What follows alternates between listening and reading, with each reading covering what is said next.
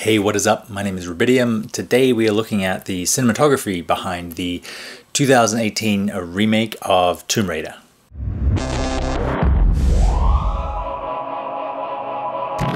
This film cost about $100 million to make. It stars Alicia Vikander. Was directed by Roar Undtag, Norwegian director. This is his first English language feature film. I played the original video games, the reboot and the Rise of the Tomb Raider, and loved them, and they're very cinematic, so I was interested to see how much of that production value was transferred over into the film. Turns out some, but not enough. I think that this film, it's very spectacular, it's beautifully shot. Alicia Vikalander's performance is probably one of the best performances ever in a video game adaptation, but not enough to save the film from kind of becoming a drag. I watched it on DVD and fast forwarded through little bits of it. It's not very engaging. I have a theory behind that. To make a film that means something to people, it usually has to mean something to the people that are making it. And it's bad enough when you get a big franchise film and the studio has all these mandatory things that you have to do for them.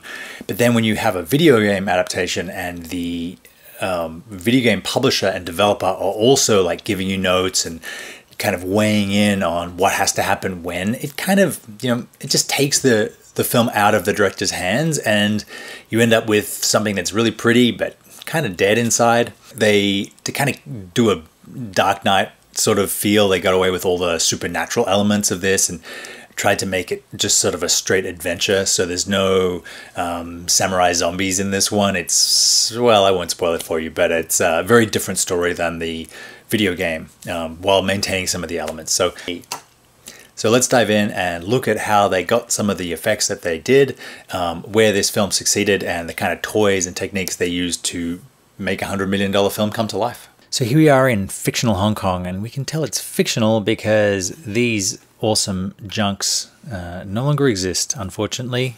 They are only bring them out once a year for the tourist board. I'd say this is a set. Maybe this guy too. No, probably this guy. And then all this background is a replacement.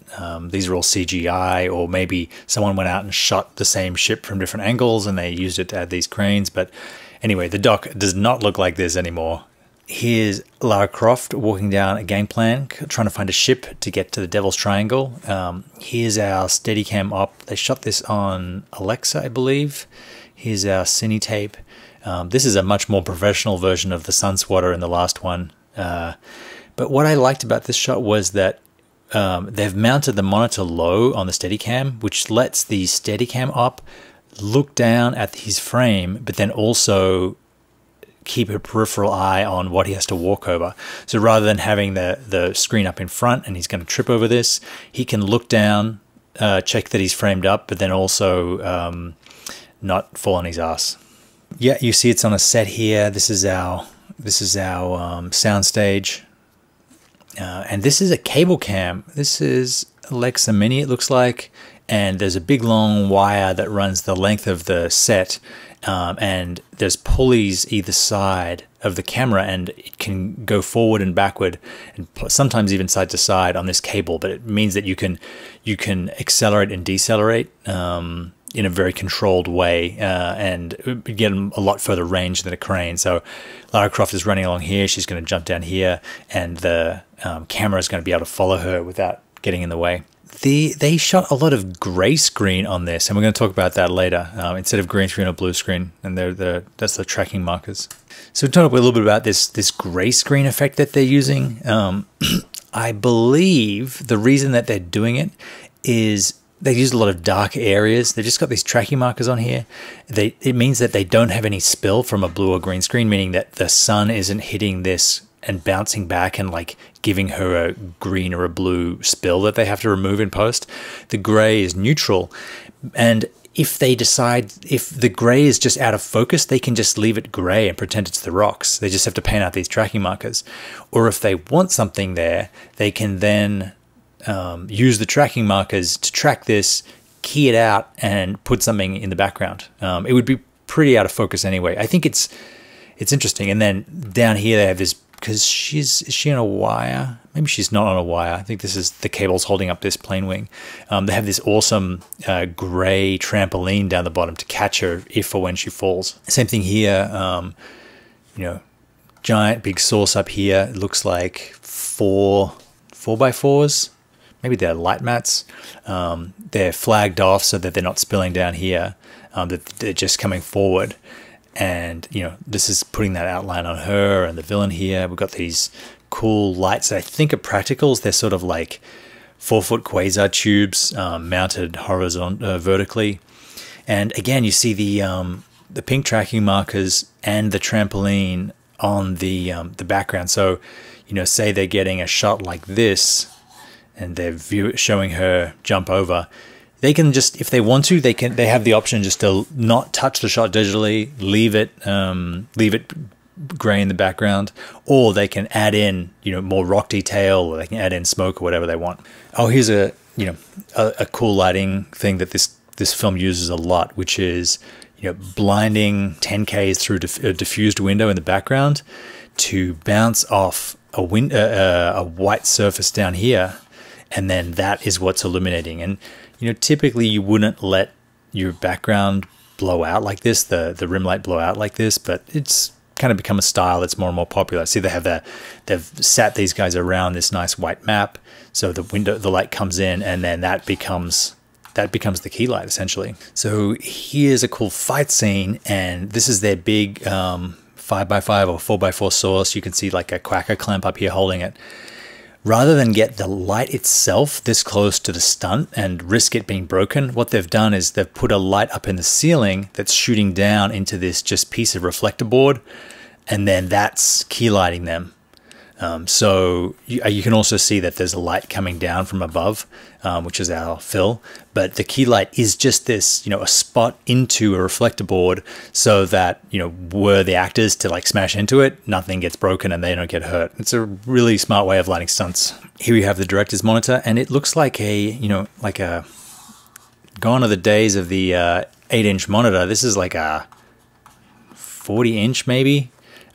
Shooting RE RAW 3.4 in log.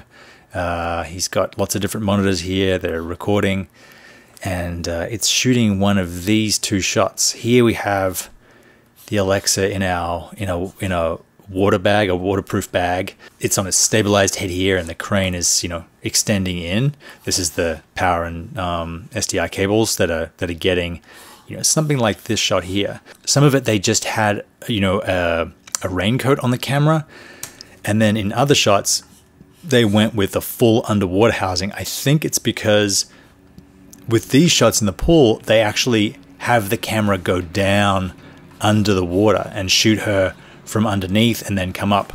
If they have a piece of glass and then they have the lens and the camera inside, what they can do is place the water line halfway and actually show her above and below the water, and you get these cool split shots. So I think that's what they're doing with this. It looks a lot more expensive than the raincoat from before. Here we have another one of these maybe 2-foot quasar practicals, and then we see Alicia Vikander doing push-ups before her scene so that her muscles are all pumped.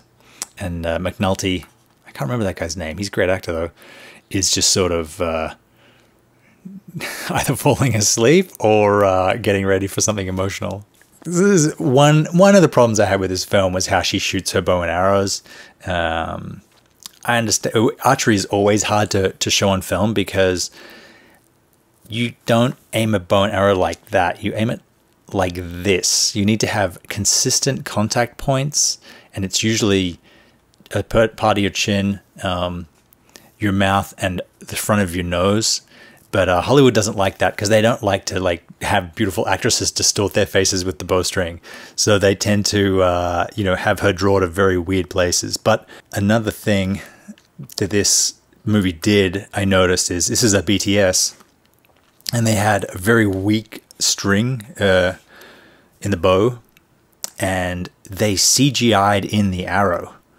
So Alicia Vikander is just walking around with a pulling back a very loose piece of string because they were worried that if she were to trip and fall or something would have happened and she let go of this arrow, it would, impale someone. So they went to the trouble of just having her walk around with an empty bow and CGI in the string. I think this is like a hero arrow.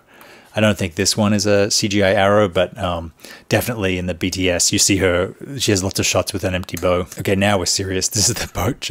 So we have, I don't know if they're sky panels or they're maybe just big banks of more traditional fluorescence, because there are a lot of them, hundreds of them in these things, and they're all covered by some kind of cloth diffusion, some kind of silk.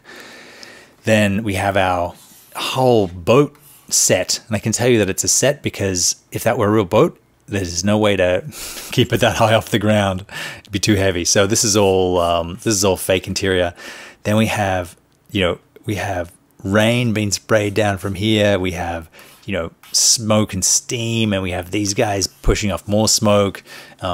This is how you have a very, very precise control of what your shipwreck looks like. Really, but I'd never seen something that big so close. Really impressive. They have another shot of it here.